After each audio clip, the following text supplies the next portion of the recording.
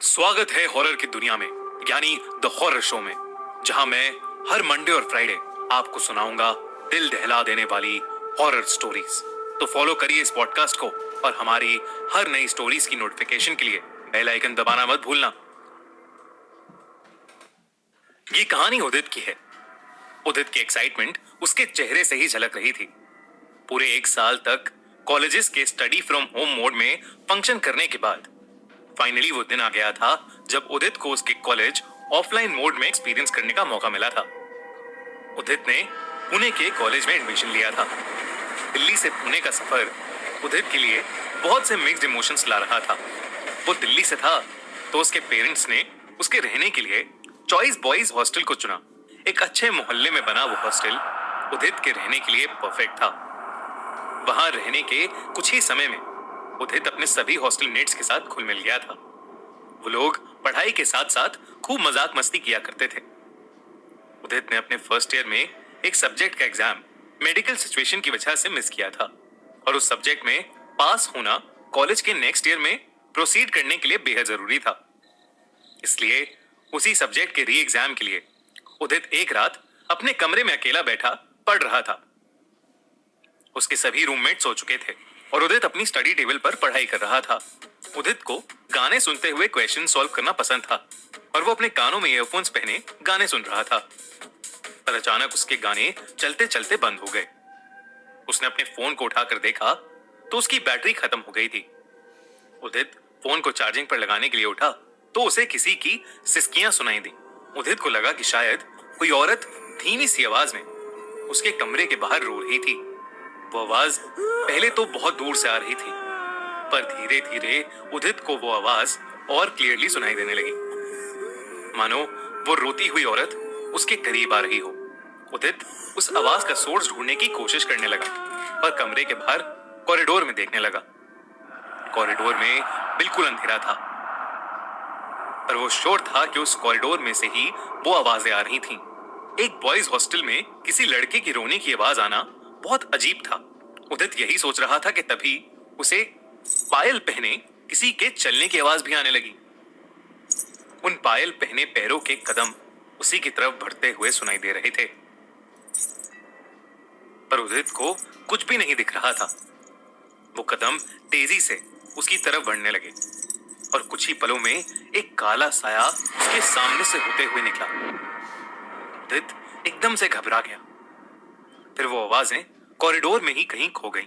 उदित को कुछ समझ नहीं आ रहा था, पर उसे अभी एग्जाम के लिए भी पढ़ना था।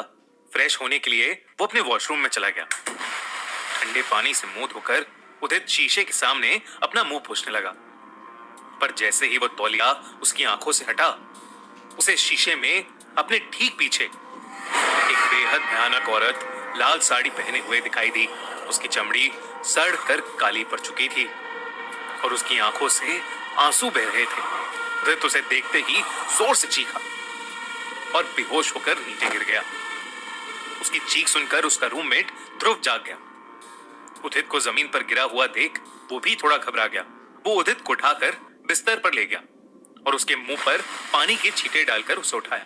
उठने पर उदित कुछ बड़बड़ाने लगा। वो कहने लगा, बाहर कॉरिडोर में वो पायल की आवाजें, वो लाल साड़ी वाली औरत। ध्रुव को उदित की कोई भी बात समझ नहीं आ रही थी। उदित का शरीर बुखार से तप रहा था। ध्रुव ने उसे एक बुखार की गोली देकर उसे सोने को कहा। ध्रुव की नींद थोड़ी उड़ चुकी थी और उसे उदित की भी चिंता हो रही थी। वो उदित की बातों के बारे में सोच ही रहा था कि ध्रुव को भी कॉरिडोर में पायल पहने किसी के चलने की आवाज आई। वो एकदम चौंक उठा, क्योंकि उदित भी ऐसी ही आवाज के बारे में बात कर रहा था। ध्रुव उस आवाज के पीछे कॉरिडोर में चला गया, पर उसे वहां कोई भी दिखाई नहीं दिया। कॉरिडोर के अंधेरे में खड़े ध्रुव को अभी भी पायल पहने किसी के चलने की आवाज आ रही थी और वो आवाज तेज होती जा रही थी। ध्रुव बहुत ज्यादा डर गया और वहां से भागकर वापस अपने कमरे में आ गया। कमरे में घुसते ही उसने देखा कि उदित बेड पर नहीं था। उदित आखिर इस बीमार हालत में कहां चला गया था? इतने में ध्रुव को फिर से कॉरिडोर से एक आवाज आई। उसे लगा कि शायद उदित कॉरिडोर में ही उसे ढूंढ रहा होगा। वो जैसे ही बाहर गया, उसे सामने से उसकी तरफ बढ़ते कदमों की आवाज सुनाई देने लगी। उन कदमों की आवाज तेज हो रही थी कि तभी उसके कंधे पर एक हाथ आया। ध्रुव की हार्ट बीट तेज हो गई और वो झटके से पीछे मुड़ा। उसने देखा कि पीछे उदित खड़ा था। उदित ने ध्रुव से पूछा कि उसे क्या हुआ है और वो इतना डरा हुआ क्यों है। ध्रुव कुछ नहीं बोला। उदित ने फिर से उससे पूछा कि क्या उसे भी वो सब आवाजें सुनाई दी। ध्रुव को अब कुछ समझ नहीं आ रहा था। तभी ध्रुव को एक औरत के रोने की आवाज सुनाई देने लगी और इसके बाद ध्रुव ने जो देखा, उसे देख उसकी पूरी रूह कांप उठी। उदित के ठीक पीछे वही लाल साड़ी वाली औरत अपना भयानक चेहरा लिए खड़ी हुई थी। वो औरत ध्रुव के पास आई, उसे घूर के देखा और पीछे मुड़कर कॉरिडोर के दूसरी तरफ रोती हुई चलने लगी। ध्रुव को मानो कोई सांप सूंघ गया था। इतना भयानक एक्सपीरियंस उसके साथ आज तक नहीं हुआ था। धीरे धीरे वो औरत अंधेरे में कहीं गायब हो गई। ताज्जुब की बात तो ये थी कि उदित को इस बार कुछ नहीं दिखा और ना ही कुछ सुनाई दिया। अगले दिन सुबह सुबह ध्रुव और उदित जब वार्डन के पास ये बात लेकर गए तो वार्डन ने उन्हें बताया कि 15 साल पहले उस हॉस्टल के अंदर एक औरत की लाश मिली थी। किसी को भी उस औरत के बारे में कुछ नहीं पता, पर तब से कई बच्चों ने रात के समय कॉरिडोर में एक लाल साड़ी वाली औरत को देखा है। साथ साथ कई स्टूडेंट्स ने यह भी दावा किया है कि उन्होंने देर रात में किसी औरत की रोने की आवाजें और पायल की आवाजें भी सुनी हैं। वार्डन ने यह भी बताया कि उस औरत ने कभी किसी को नुकसान नहीं पहुंचाया है।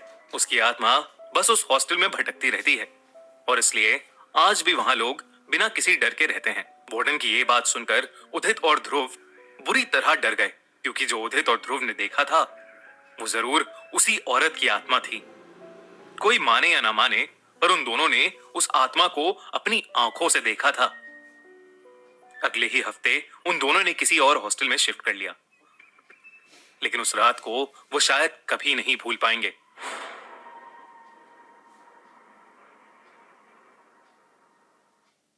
आपने अभी सुनी खूनी मंडे की हॉरर कहानी। अगर ये कहानी आपको पसंद आई तो हमारे horror podcast the horror show को फॉलो कीजिए और सुनिए दिल दहला देने वाली हॉरर स्टोरीज हर मंडे और फ्राइडे। हमारी नई कहानियों की नोटिफिकेशंस के लिए बेल आइकन जरूर दबाएं।